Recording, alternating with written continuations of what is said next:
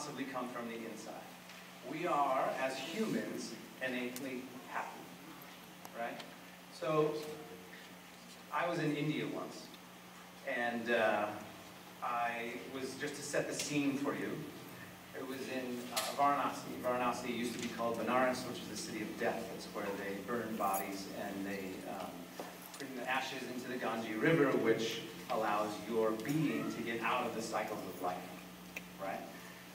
If you go to India, in some places, just imagine you're going back about 200 years. So there's cows walking, and there's lots of dirt and lots of dust, although there's exhaust, and it's dirty, and it's chaotic in this particular area. So there I was with a group. I lead groups around the world. It's one of the things that I do. And so there was a woman, and she had a little bell, and she was kind of hunched over, and she was doing a Puja Ceremony, which invokes a specific god. This was Ganesh, the remover of obstacles. And she had this intoxicating smile and this beaming light that was coming out of her. And you could just see, I mean, just as a regular traveler from the West walking around, you could see that she had this happiness. She had basically nothing but a bell and a statue, some clothes, and this pure sense of happiness. And at that moment, I realized that if I ever, in my life, when I come back here, become frustrated, or become angry, or dissatisfied with anything in my life, I really have no right. It's arrogant for me. Because here, this poor woman who has nothing found this incredible sense of peace and contentment, right? The definition of happiness, one definition of happiness, we realize that there are many now, but one definition is simply to show or to feel peace and contentment. That's it, simple definition. And so here was this woman who found it. And my belief is not that it's something to be found, but something to be uncovered. That when we're born, we're innately happy.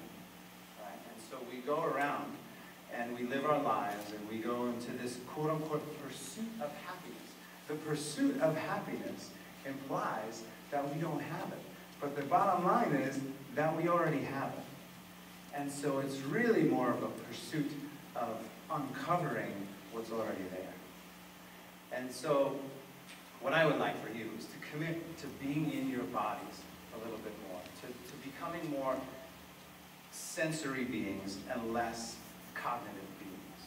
Because when we think, right, which brings us to the mind, so the mind is the only thing that holds us back from that true happiness, right? That true sense of, we wake up in the morning, and what's the first thing that happens? Either the mind kicks in and it starts chatting and going through our daily list of what we need to do, or we take a nice deep breath, we feel ourselves, and we go, oh, okay, I'm alive again. That's a world record. You know, this is another day that I get to live. And there's this sense of gratitude, and sometimes we lose it, and it's very simple, you know, and that's the title of my talk here. It's Happiness, the Mind, and the Elbow.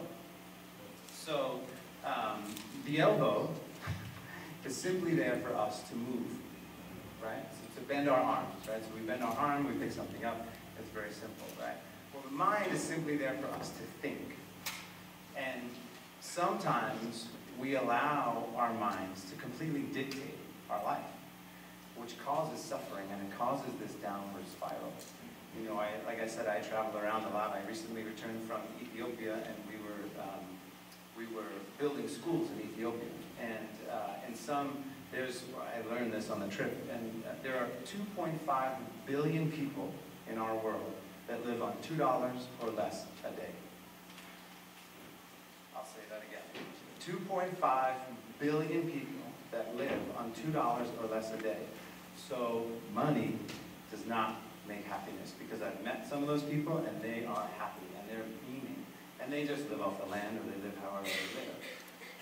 But the point really is that for us here in the West to really find that true sense of happiness, that true sense of self, it's really just to kind of relax a little bit and to understand that our true happiness comes from within, and to understand that the mind can be used for us to be more productive. And hopefully, which is my call to action, is that we can be more generous and that we can be more compassionate, not only to ourselves, starting with ourselves, but then to our own family, to our own loved ones, to our own community, to our own country, to our own politicians, and then ultimately to the world.